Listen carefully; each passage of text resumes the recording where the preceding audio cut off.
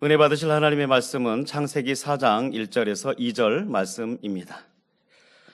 아담이 그 아내 하와와 동침하매 하와가 잉태하여 가인을 낳고 이르되 내가 여호와로 말미암아 등남하였다 하니라. 그가 또 가인의 아우 아벨을 낳았는데 아벨은 양치는 자이었고 가인은 농사하는 자이었더라. 아멘. 샬롬 성가대 찬양과 니시 오케스트라의 연주가 있겠습니다.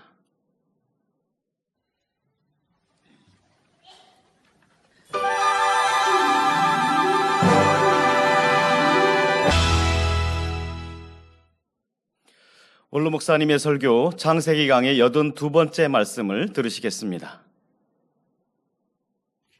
사랑하는 성도 여러분, 전 세계 및 전국의 지구의 성도 여러분, 지성전 성도 여러분, 전 세계 인터넷을 통해 예배드리는 모든 성도 여러분, GCN 방송 시청자 여러분, 창세기 3장 말씀의 공간적인 배경은 둘째 하늘의 에덴 동산이었습니다. 이 시간부터 설명할 창세기 4장의 배경은 첫째 하늘에 속한 지구, 바로 이 땅이지요. 창세기 3장 23절에 여호와 하나님이 에덴 동산에서 그 사람을 내어 보내어 그의 근본된 토지를 갈게 하시니라 있습니다. 여기서 그의 근본된 토지에는 두 가지 의미가 담겨 있다 설명했지요. 먼저는 이 지구의 땅을 의미합니다. 하나님께서 지구의 흙으로 아담을 창조하셨기 때문입니다. 따라서 근본된 토지를 간다는 의미는 이제 아담이 지구로 내려와 이 땅을 경작해야 함을 나타내지요.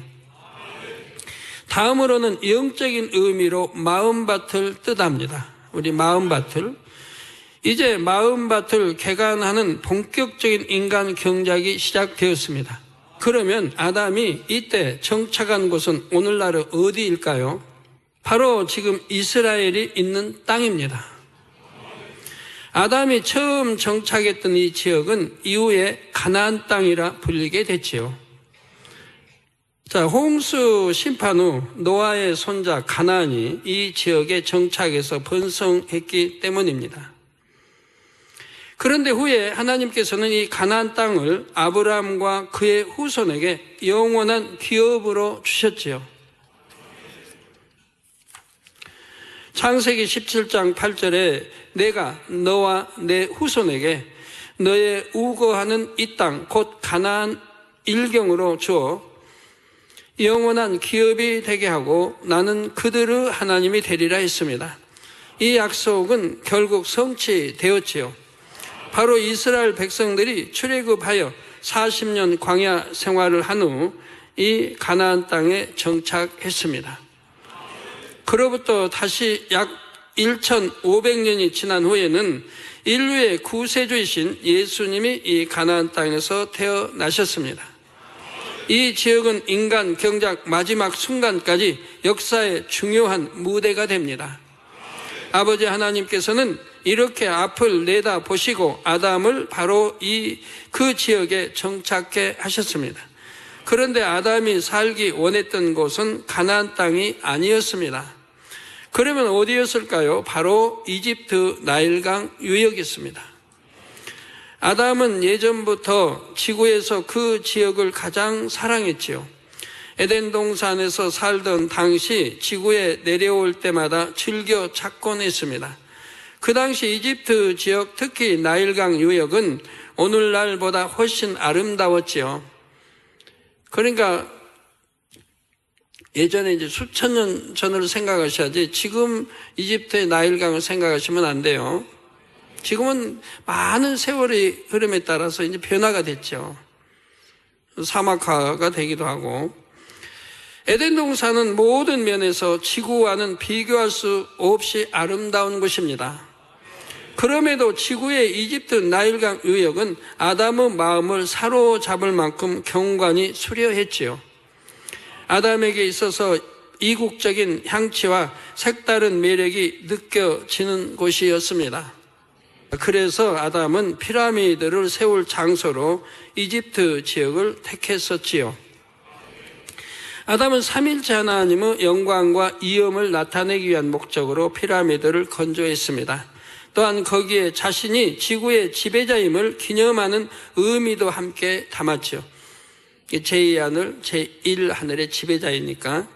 따라서 아담은 에덴에서 내쫓길 때 내심 이집트 지역으로 가기를 바랐습니다. 그러나 아담의 생각과 하나님의 생각은 달랐습니다.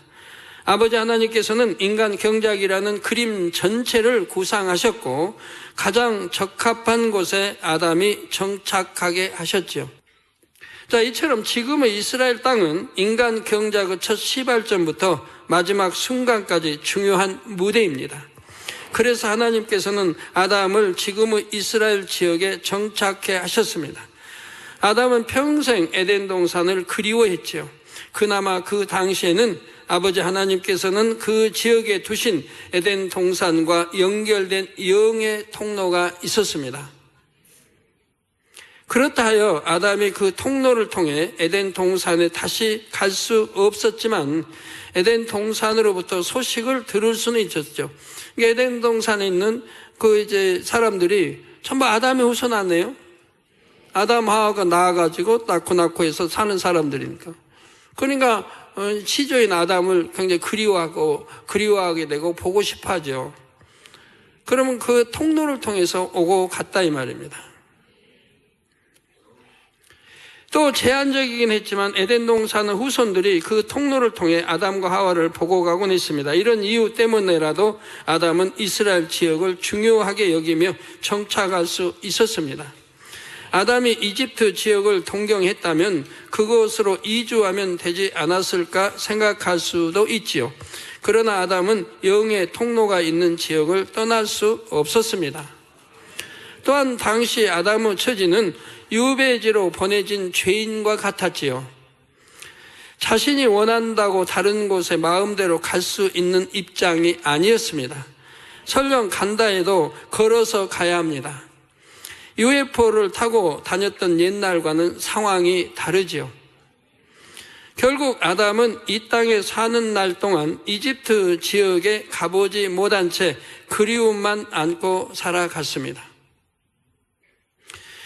성도 여러분, 이런 배경을 기억하시면서 오늘 본문 1절을 보시겠습니다. 아담이 그 아내 하와와 동침하매 하와가 잉태하여 가인을 낳고 이르되 내가 여호와로 말미암아 등남하였다 하니라. 아담과 하와는 에덴 동산에 사는 날 동안 수많은 자녀를 낳았습니다. 이 땅에 내려와 정착한 후에도 여러 자녀를 잉태하고 낳았지요. 그런데 이 땅에서 자녀를 얻는 일이 에덴 동산에서 살 때와는 달랐습니다. 그들의 몸 자체가 생령에서 유구 사람으로 변했기 때문입니다. 에덴 동산에서는 생령의 몸이기에 마음 먹은 대로 몸의 조절이 가능했습니다. 에덴 동산에서나 이 땅에서나 남녀가 사랑함으로 정자와 난자가 결합하여 새 생명이 잉태되는 원리는 같지요. 그런데 에덴 동산에서는 남녀가 아이를 잉태하고 싶을 때만 잉태가 되었습니다. 잉태하기 위해 사랑할 때만 정자와 난자가 생성됐지요. 그런데 이 땅에서는 여자의 몸에서 난자가 배출되는 기간이 제한되었습니다. 그 기간에만 잉태가 가능하게 되었죠. 에덴 동산은 마음 먹으면 되지만 이 땅에서는 제한되어 있다 이 말이에요. 아무 때나 잉태되는 게 아니라 이 말이에요. 그래서 옛날에 궁궐에서 보면 이제 왕은 자녀들을 많이 낳아야 되기 때문에 후손을, 그러니까 다 상궁들이 잡잖아요. 날짜 언제 잉태할 때고 언제가 좋은 날이고 언제 잉태할 때고, 그러니까 그때 잉태하도록 이렇게 하지 않습니까? 또한 에덴 동산에서는 임산부가 거의 힘듦을 느끼지 못했습니다. 그래서 잉태하고 나면 그 뭐라고 합니까? 구역질 하는 거 뭐라고 그래요? 예? 예? 입덕. 에덴 동산은 입덕 같은 것도 필요 없고 하지 않았고, 이거 힘들게 이렇게 또 출산하고 한 게 아니었단 말이에요. 반면에 이 땅에서는 임산부가 많은 고통을 받지요.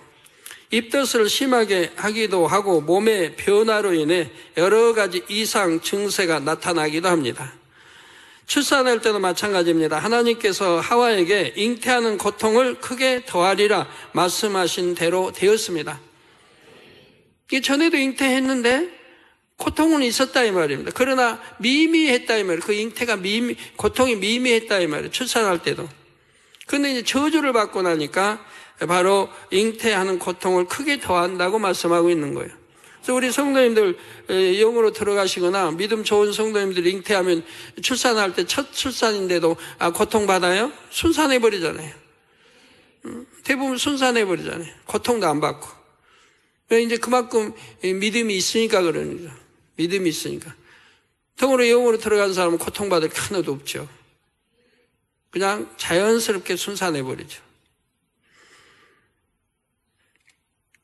에덴 동산에서는 아이를 낳음과 동시에 산모의 몸 안에서 더 이상 필요 없는 물질이 분해되어 사라집니다. 아이를 낳는 순간 모든 처리가 끝나고 깨끗해지지요. 그에 비하면 이 땅에서 출산은 참으로 수고로운 일입니다. 하와는 에덴 동산에서 자녀를 많이 낳았습니다. 그런데 이제 이 땅에서 자녀를 낳음으로써 달라진 상황을 몸소 체험했지요.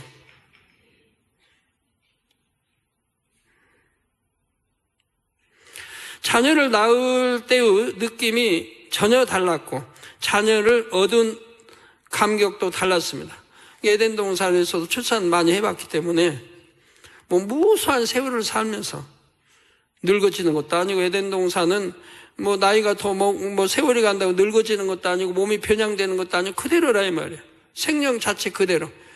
애기 낳고 또 낳고 싶으면 또 낳고 무수히 낳을 수 있는 거죠.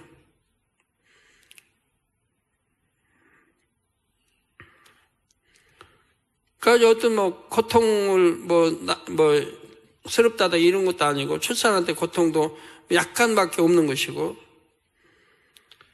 그런데 이 땅에는 다르다 이 말이에요. 그래서 자녀를 얻는 감격도 다르고.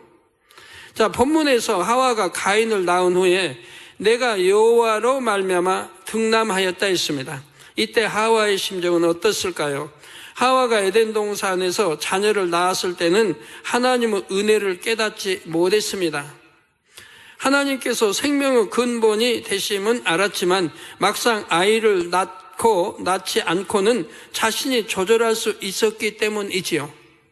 자신이 원치 않는데도 아이가 생긴다든지 원해도 아이를 갖지 못하는 일은 없었습니다. 따라서 자녀를 잉태하고 낳는 일이 하나님의 소관임을 절실히 느끼지를 못했습니다. 그런데 이 땅에 내려와 살아보니 상황이 완전히 달랐지요. 아무 때나 아이를 가질 수 있는 것이 아니라 하나님께서 정하신 자연의 법칙을 따라야 했습니다. 다시 말해 이 땅에서는 아이를 가지려면 여성이 아이를 가질 수 있는 기간과 모든 환경 조건이 맞아야 합니다. 이런 새로운 환경에서 자녀를 얻게 된 하와는 자신이 자녀를 얻을 수 있음은 전적으로 하나님의 은혜임을 깨달았습니다. 자신의 의지만으로는 자녀를 가질 수 없고 하나님께서 역사해 주셔야 함을 알았지요. 즉 태의 문을 열고 닫는 권한이 하나님께 있음을 비로소 깨달았습니다. 하나님께서 태를 열거나 닫는 일을 주관하신 사례가 성경 곳곳에 나옵니다. 창세기 20장 18절에 여호와께서 이왕에 아브라함의 아내 사라의 연고로 아비멜렉의 집 모든 태를 닫히셨음이더라 했습니다.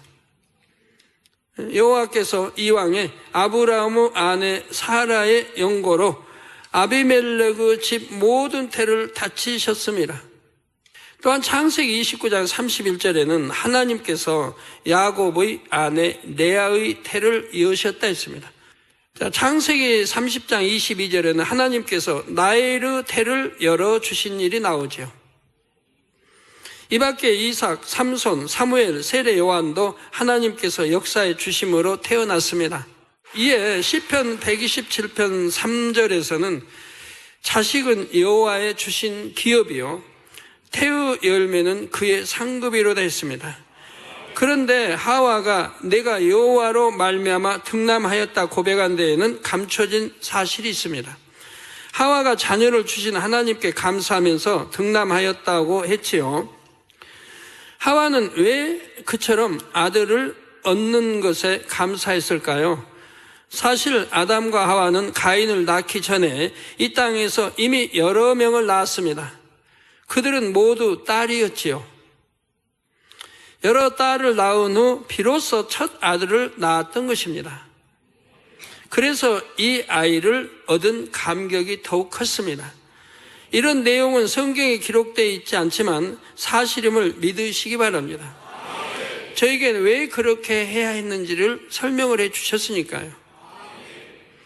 인간 경작을 위해서는 사람이 번성해야 하므로 하나님께서 아담과 하와에게 먼저 딸들을 주신 것이 이치에도 맞지요. 그리고 아담이 지금 이제 쫓겨서 이제 이 지구로 내려왔습니다. 제1 하늘로 내려왔을 때 얼마나 암담하겠어요. 에덴에는 수많은 자기가 낳은 자식들이 그냥 행복은 아니지만 이게 살고 있는데 뭐 죽음을 보지 않으니까 영생하다 하니까 얼마나 이렇게 살고 있는데 그냥 발가벗고 뭘 그냥 서로 이렇게 살고 있다 이 말이야. 재밌게. 근데 이 땅에는 지금 자기하고 하와밖에 없는 거예요. 아내하고. 얼마나 적막강사네요. 그러니 어떻게 해야 되겠어요? 부지런히 낳아야죠. 그 에덴 동산에서는 그래도 지구가 어느 정도 큰지 안단 말이에요. 얼마나 넓은지. 다 이미 그런 지식들이 있단 말이에요. 부지런히 이제 나와서 펼쳐야 할 거 아니에요. 이제 본문 2절 전반절을 보시겠습니다. 그가 또 가인의 아우 아벨을 낳았는데 아담과 하와는 첫 아들 가인에 이어 또 다른 아들을 낳았습니다. 바로 아벨이었지요. 한편 창세기 5장 3절에서 4절에 아담이 130세에 자기 모양 곧 자기 형상과 같은 아들을 낳아 이름을 셋이라 하였고 아담이 셋을 낳은 후 800년을 지내며 자녀를 낳았다고 했습니다. 이 성경에 이렇게 이름 기록된 이것만 낳은 거 아니에요. 그 외에도 많이 낳았어요. 또 딸들도 낳고. 아담은 130세에 셋이란 아들을 낳았고 하나 둘 셋이 아니고 이름이 셋입니다. 셋이란 아들을 낳았고 그 후 800년을 지내며 자녀를 더 낳았고요. 참고로 여기서 아담의 나이는 그가 이 땅에 정착한 해를 기점으로 헤아린 연수입니다. 아담은 이 땅에 정착한 이후 여러 명의 딸을 낳았고 첫 아들로 가인을 낳았지요. 다음으로 아들 아벨을 낳았습니다. 130세에는 또 다른 아들 셋을 낳았지요. 성경에는 아담과 하와가 이 땅에서 낳은 자녀 중 가인과 아벨 그리고 셋, 이 세 사람의 이름만 나옵니다. 그런데 성경에 이름이 기록되지 않은 자녀들이 더 많이 있었습니다. 아벨과 셋 중간에도 여러 명을 낳았고 셋 밑으로도 수많은 자녀를 낳았습니다. 성경에는 인간 경작의 역사에서 중요한 의미를 지닌 인물을 위주로 그 이름이 기록됐습니다. 주로 대를 이은 후손의 이름이 기록됐지요. 2절 후반절을 보면 아벨은 양치는 자이었고 가인은 농사하는 자이었더라 했습니다. 이 말씀의 배경도 성경에는 생략되어 있지요. 아담과 하와는 수많은 자녀들 중에서 가인과 아벨을 특히 사랑했습니다. 이 두 아들은 아담과 하와가 가장 힘들고 어려울 때 태어나 큰 위로와 기쁨이 되어 주었기 때문이지요. 특히 아담은 아벨을 더 사랑했고 하와는 가인을 더 사랑했습니다. 그래서 아담과 하와는 가업을 이 두 아들이 이어가게 합니다. 한편 다른 자녀들은 장성하는 대로 그들의 분깃을 떼어줘 부모를 떠나 살게 했습니다. 같이 살면 그냥 싸움만, 시기 질투하고 싸움만 되는 거예요. 지경 넓혀야 되니까 자꾸 내보내죠, 내보내. 양치면 양을 끌고 가게 하고 해서 이제 이렇게 기업을 일굴 수 있도록 이렇게 나가는 거죠. 그들은 서로 어느 정도 거리를 두고 각자의 터전을 잡아 가정을 이루고 자손을 낳으며 번성했지요. 당시는 오늘날과 달리 질병, 재해 같은 해로운 요소가 적었습니다. 따라서 인구가 매우 빠른 속도로 증가할 수 있었죠. 병들어 죽는다든가는 드물었다 이 말이에요. 그때는 이제 죄가 아직 관영된 때도 아니고 이런 질병이나 이런 것들이 창궐할 때가 아니라 이 말이에요. 출애굽기에 보면 이집트로 이주했던 야곱 일가 70명이 400년 만에 200만 명 이상으로 증가한 것을 알 수가 있습니다. 장정만 60만이니까 또 노인 있죠, 여자 있죠, 아이들 있죠. 다 계산하면 200만이 넘는다 이 말이에요. 약. 이에 비해 인간 경작 초기에는 사람들이 수백 년 동안 자녀를 낳았지요. 아이가 잘못되거나 죽는 일도 거의 없었다고 보시면 됩니다. 따라서 당시의 아담과 하와의 자손들은 우리가 상상하기 어려울 정도로 매우 빠르게 번성했음을 알아야 합니다. 노아 홍수 때도 그러잖아요. 노아 홍수 때도 이제 노아를 통해 다 물로 심판받아 보니까 8가족밖에 없다면 그러면 또 어떻게 해야 되겠어요? 부지런히 낳아야죠. 낳고 나서 부지런히 또 자라서 또 기업을 줘서 또 퍼져 나가야 할 거 아니에요. 곳곳으로 지구 이곳 곳곳으로 퍼져 나가야 할 거 아니에요. 자, 여러분이 이러한 배경 지식을 알아야 창세기 4장이 잘 이해가 됩니다. 앞으로도 계속해서 필요한 대목마다 부가 설명을 해드리겠습니다. 다시 본문 설명으로 돌아가지요. 가인과 아벨이 각각 물려받은 기업은 농사와 양치는 일이었습니다. 아버지 아담은 아들들에게 각각 생업에 필요한 지식과 기술을 전수해 줬지요. 아담은 첫째 하늘과 둘째 하늘을 모두 지배하고 다스릴 만큼 지식과 지혜가 풍부했습니다. 에덴 동산에서 살았던 수많은 세월 속에 아버지 하나님께서 가르쳐 주신 지식이지요. 이게 지식이 풍부했다 이 말이에요. 지혜와 지식이 풍부했습니다. 거기에서는 UFO를 타고 다닐 정도로 발달했고요. 수많은 세월 동안에 발달해 온 거라 이 말입니다. 우리 인간의 여기서 신학 박사니 성경 연구한다는 사람들이 영적인 세계를 모르기 때문에 육으로 풀려고 하니까 성경이 안 풀리는 거죠. 그래서 어떤 사람은 딱 6천년이자 고정해가지고 그냥 하니까 전혀 먹혀 들어가지 않는 거고. 인간 6천년밖에 안 됐다니까.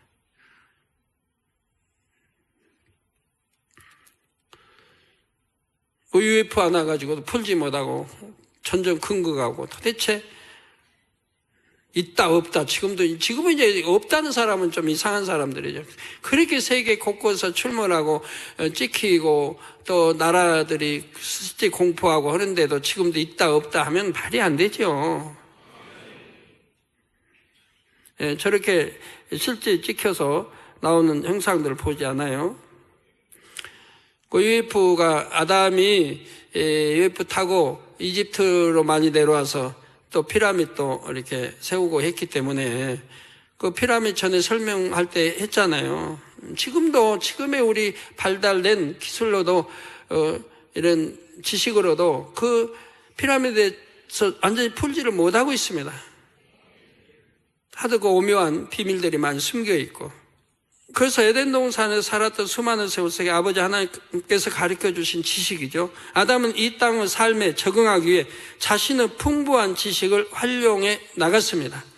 따라서 아담이 이 땅에서 처음 살았던 모습을 마치 원시 미개인과 같았으리라 생각하면 안 됩니다.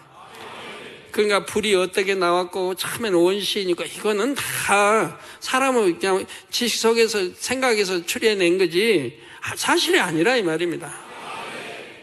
아담은 처음부터 와서 풍부한 지식으로 농사법 알았고 양치는 법 알았고 짐 치는 거 알았고 불 알았고 다 했다 이 말이에요. 수많은 세월이 흐르면서 발전해 와서 이렇게 한 게 아니라 이 말입니다. 처음부터 했다 이 말입니다. 물론 아무것도 없는 상태에서 시작했기에 수준 높은 문명을 이룰 수는 없었습니다. 그런 수준 높은 문명과 지식이 있다고 해도 이 땅에 내려와서는 할 수 있는 게 아니잖아요. 아무리 여러분 컴퓨터 박사라고 해도 저기 섬에 갖다 띄워놓고 컴퓨터 한번 만들어 보라고 하면 만들어 질까요? 아마 수십 년, 수백 년이 가도 힘들 거예요. 전기 이렇게 다 전기 아주 기술자, 전기 회사에서 사는 아주 기술자라도 전기 박사라도 다 문명이 말살돼버리고 무로 돌아갔다가 해봐요. 그리고 전기 이렇게 들어오게 하라고 하면 수십 년, 수백 년에 될까요? 안 됩니다. 수백 년 동안에 할 수가 없고 알지만 지식으로 다 알지만 안 된다 이 말이에요.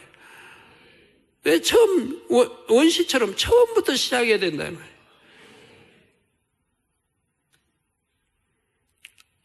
가지고 철도 캐내야 되고 뭐 어떻게 캐는지 알아야 되고 캐내고 조련법 뭐 혼자 그 무슨 소리예요?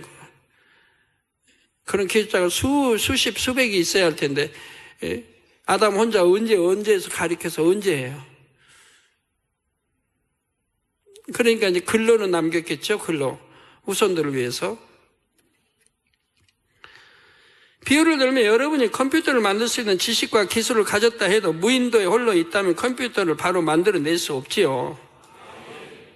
거기에 들어가는 부속품과 모든 걸 만들어내려고 하면 뭐 수십 년이 되는 게 아니라 이 말입니다.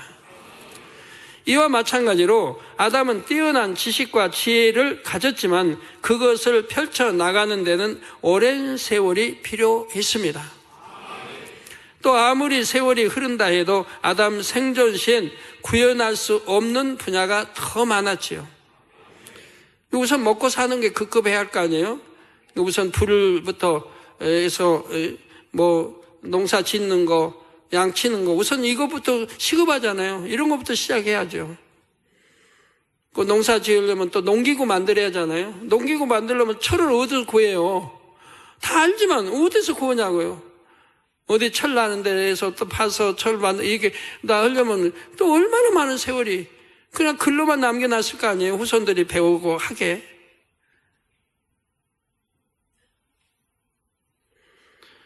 뭐 그릇은 뭐 뭘로 뭐 밥그릇은 뭘로 수저는 어디서 만들어요?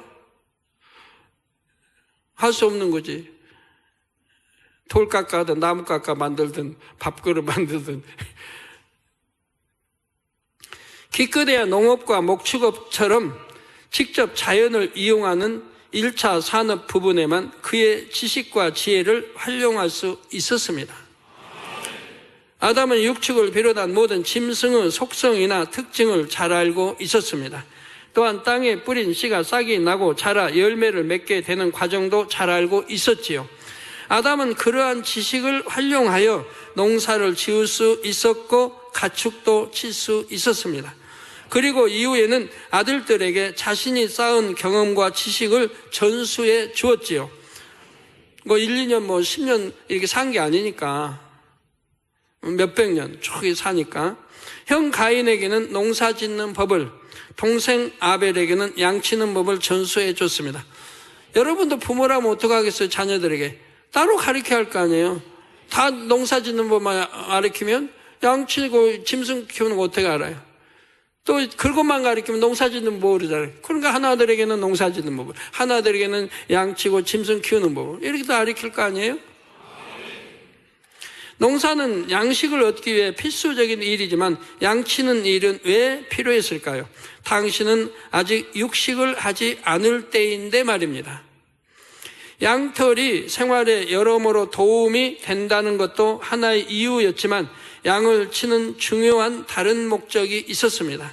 바로 하나님께 제사 드릴 때 제물로 사용하기 위함이었지요.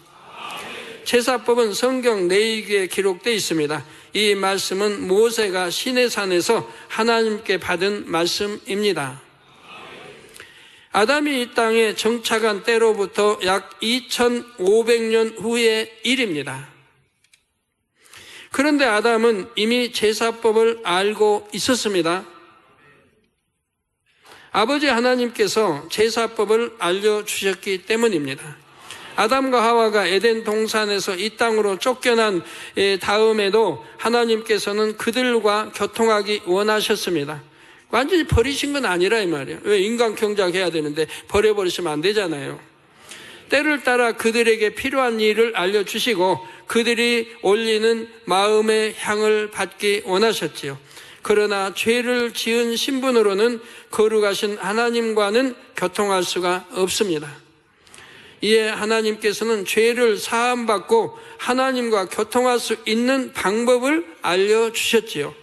그것이 바로 제사법입니다. 제사법에는 여러 종류가 있지만 속죄죄는 죄사함을 받는 제사법이지요. 영계의 법에 따르면 죄의 삭은 사망입니다. 죄를 지은 사람은 사망으로 가게 되지요. 그런데 제사법대로 시행하면 죄인이 사망의 법에서 자유케 됩니다. 그 방법은 죄인의 죄를 제물에게 전가한 뒤 제물을 대신 죽이는 방법이지요. 이때 바치는 제물이 바로 양이었습니다. 그래서 아담도 양을 쳤고 그의 아들에게도 양치는 법을 전수했지요. 또한 아담은 자녀들에게 창조주 하나님에 대해서나 하나님과 교통하는 방법, 곧 제사법을 자세히 가르쳤습니다. 하나님을 만나고 체험할 수 있는 참으로 소중한 길이었기 때문입니다. 아담은 안다 이 말이에요. 어떻게 하면 하나님과 교통할 수 있고, 그래서 제사법도 이렇게 알고 해서 가르쳐 나갔다 이 말이에요. 자, 그런데 시간이 흐르면서 이 제사법이 차츰 변질되어 갔습니다. 그로 인해 중대한 문제가 발생하지요. 이에 대해서는 다음 시간에 이어서 말씀드리겠습니다. 결론을 말씀드립니다. 사랑하는 성도 여러분, 이 시간에는 아담과 하와가 이 땅에 내려와서 정착한 과정을 말씀드렸습니다. 지금의 이스라엘 지역에 정착했으며 여러 명의 딸을 낳은 후 이윽고 첫 아들 가인을 낳았지요. 그리고 또 다른 아들 아벨도 낳았습니다. 아담은 자신의 풍부한 지식과 지혜를 동원하여 농사와 양치는 일을 시작했고 아들들에게도 전수했지요. 당시 양이 필요했던 중요한 이유 중 하나는 하나님께 제사 드릴 제물로 쓰기 위함이었습니다. 그리고 이제 아담이 이집트를 동경했다고 했죠. 그러면 그 자손들에게도 가르쳤을 거 아니에요. 이집트는 내가 사랑한 곳이다. 내가 많이 다녀왔던 곳이다. 피라미드도 세웠다. 가르칠 거 아니에요. 그래갖고 자녀들도 그 아비가 이제 아담이 이렇게 이집트 사랑하는 거 얼마나 가고 싶겠어요. 이집트를 가보고 싶죠. 그래서 여러분이 이렇게 세계를 돌다 보시면은 이집트 문명이 세계에서 어느 문명보다 앞서 있는 걸 알 수가 있어요. 그리스 문명, 어디 쭉 문명보다 이집트 문명이 아주 5,000년, 6,000년의 역사를 볼 수 있다 이 말이에요. 이집트에 가보면. 이런 거를 좀 우리 설교를 창세에 듣고 연구하는 지질학에도 연구하는 사람들이 이집트를 연구한다면은 굉장히 빠르게 많은 것들을 이게 발견할 수 있을 건데 그리 못하고 지식으로만 발전해 이렇게 하니까 참 답답한 일이죠. 우리 설교를 듣고 알고 연구한다면 굉장히 많은 발전이 있을 건데 말이에요. 제사를 통해 하나님과 교통할 수 있었기 때문입니다. 구약의 제사는 오늘날의 예배이지요. 아버지 하나님께서는 예배를 통해 우리에게 말씀하시고 우리 마음의 향을 받으십니다. 따라서 예배 생활이 잘된 사람은 항상 하나님의 보호와 축복을 받습니다. 구약시대는 일일이 양이나 소 같은 제물을 잡아 제사를 드려야 했죠. 그러나 예수님께서 속죄 제물로 자신을 드려 모든 인류의 죄를 사해 주신 후로는 그럴 필요가 없습니다. 예수 그리스도를 믿음으로 예배 드리면 됩니다. 우리 예수님께서는 요한복음 4장 24절에 하나님은 영이시니 예배하는 자가 신령과 진정으로 예배할지니라 말씀하셨습니다. 성도님들은 예수님의 이 말씀처럼 마음과 정성을 다해 예배를 준비하시고 성령의 충만함 가운데 예배하시기를 바랍니다. 아버지께서는 이렇게 예배하는 자녀를 찾으시고 마음의 소원을 응답해 주십니다. 또한 이렇게 예배하는 성도들은 예배 중에 아버지 하나님과 깊이 교통할 수 있지요. 하늘의 기쁨을 맛볼 수 있고 신령한 은혜를 체험할 수도 있습니다. 성도님들 모두가 예배 때마다 아버지께서 기뻐하시는 향을 올려드림으로 영육간의 놀라운 복을 받으시기를 주님의 이름으로 축원합니다. 들으신 말씀을 생각하시면서 기도하겠습니다. 사랑의 아버지 하나님, 오늘도 귀한 말씀에 감사합니다. 오늘 말씀을 통하여서 혹여 내가 원하는 길과 방식이 아니라 할지라도 우리 아버지 하나님께서 인도하시며 또 명하시는 그 길을 좇을 때 그 길이 정녕 얼마나 감사와 축복의 길이 되는지를 알게 하심에 감사를 드립니다. 인간 경작을 통해 상대성을 체험하는 과정을 통하여서 넓고 깊으신 아버지의 사랑을 중심에 깨달아 매 순간순간마다 마음에 더욱 위로와 기쁨과 감사로 충만해지는 우리 모든 만민이 되도록 축복해 주시옵소서. 감사드리옵고 우리 주 예수 그리스도 이름으로 기도하옵나이다. 아멘. 원로 목사님이 환자를 위한 기도를 받겠습니다. 아픈 곳이나 연약한 곳에 손을 얹고 기도받으시고 아프지 않은 분들은 가슴에 손을 얹고 마음의 소원을 위해 믿음으로 기도받으시기 바랍니다. 할렐루야. 전능하신 사랑의 아버지 하나님, 이 시간 기도받는 모든 성도님들 위해 안수하여 주옵소서. GCN과 인터넷과 화상을 통해 기도받는 지교회와 지성전 그리고 전 세계 하나님의 자녀들 위에도 시공간을 초월하여 역사하여 주시기를 원합니다. 믿어지는 믿음을 주시고 부정적인 생각과 의심의 세력을 물리쳐 주옵시며 모든 시험 환난도 물리쳐 주옵소서. 머리부터 발끝까지 오장육부 뼈 마디마디 온몸의 신경 조직 세포 등 아픈 곳마다 성령의 불로 태우시고 근본의 빛으로 역사하여 주옵소서. 예수 그리스도의 이름으로 명하노니 원수마귀 사단 모든 질병 균 연약함아 물러가라. 빛이 여임하라. 모든 불치 난치병도 성령의 불로 태워 깨끗하게 역사하여 주옵소서. 말라리아를 비롯한 모든 풍토병도 물리쳐 주옵소서. 감기, 기침, 열, 몸살, 독감 등 각종 유행성 질병도 다 물러가라. 어떠한 유행성 질병 균도 틈타지 않게 지켜 주옵소서.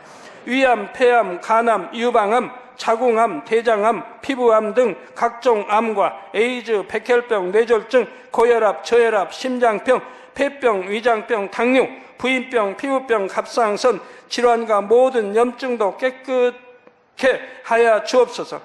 소아마비, 중풍, 관절염, 디스크도 온전케 하여 주옵소서. 요통, 두통, 신경통을 비롯한 모든 통증은 사라질지어다. 간질, 자폐증, 우울증, 조울증, 노이로제 등 모든 정신질환도 물러가라. 모든 마비된 것도 풀어지고 일어나 걷고 뛸지어다. 눈도 잘 보이게 하옵시고 귀도 잘 들리게 하여 주옵소서. 소경은 눈을 뜨고 기머거리는 들으며 벙어리는 말할지어다. 각종 사고, 후유증도 깨끗게 하시고 부러진 뼈도 붙여 주옵소서. 화상 입은 것도 온전케 하옵소서. 화기야 물러가라. 열도 물러가라. 아버지 흉터도 나지 않게 역사해 주시기를 원합니다. 마약을 비롯하여 각종 약물과 독극물 중독도 깨끗함을 입을지어다. 죽은 신경과 세포가 살아나며 죽은 자도 살아나게 하여 주옵소서. 잉태의 축복도 주시기를 원합니다. 잉태 축복을 받으라 예수 그리스도의 이름으로 명하느니 원수마귀 사단아 하늘 공중 곳에 잡은 악의 영들아 물러가라. 그의 사자들도 물러갈지니라. 이 땅의 악한 영, 더러운 영, 거짓되고 간사한 영, 이간질하고 미혹하는 모든 어둠들은 물러가라. 모든 흉악의 결박을 풀고 어둠아 물러가라. 빛이여 임하라.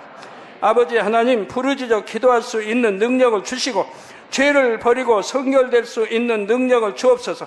영혼이 잘됨같이 범사에 잘되게 하시고 가정의 복음화도 이루어 주시기를 원합니다. 한 주간도 모든 사고와 재앙으로부터 지켜주시고 불통이 없는 형통한 삶을 살 수 있도록 축복해 주옵소서. 성령의 불담으로 천군 천사와 주님의 불꽃 같은 눈동자로 모든 하나님의 자녀들과 가정, 일터, 사업터를 지켜주시기를 원합니다. 학생들에게 지와 명철을 더하시고 공부도 할 수 있는 뜨거운 마음과 열정도 더하여 주옵소서. 마음과 생각을 세상에 빼앗기지 않도록 지키시고 하나님을 뜨겁게 사랑하는 학생들로 축복하여 주옵소서. 하나님의 자녀들이 먹으나 마시나 입으나 무엇을 하든지 하나님 앞에 영광 돌리는 삶이 되게 축복하여 주시기를 원합니다. 나는 하나님을 만났노라, 체험했노라, 응답 받았노라, 축복 받았노라, 간증하는 입술이 되게 역사하여 주옵소서. 아버지 하나님 감사합니다. 홀로 영광 받으옵소서. 우리 주 예수 그리스도의 이름으로 기도하옵나이다. 아멘.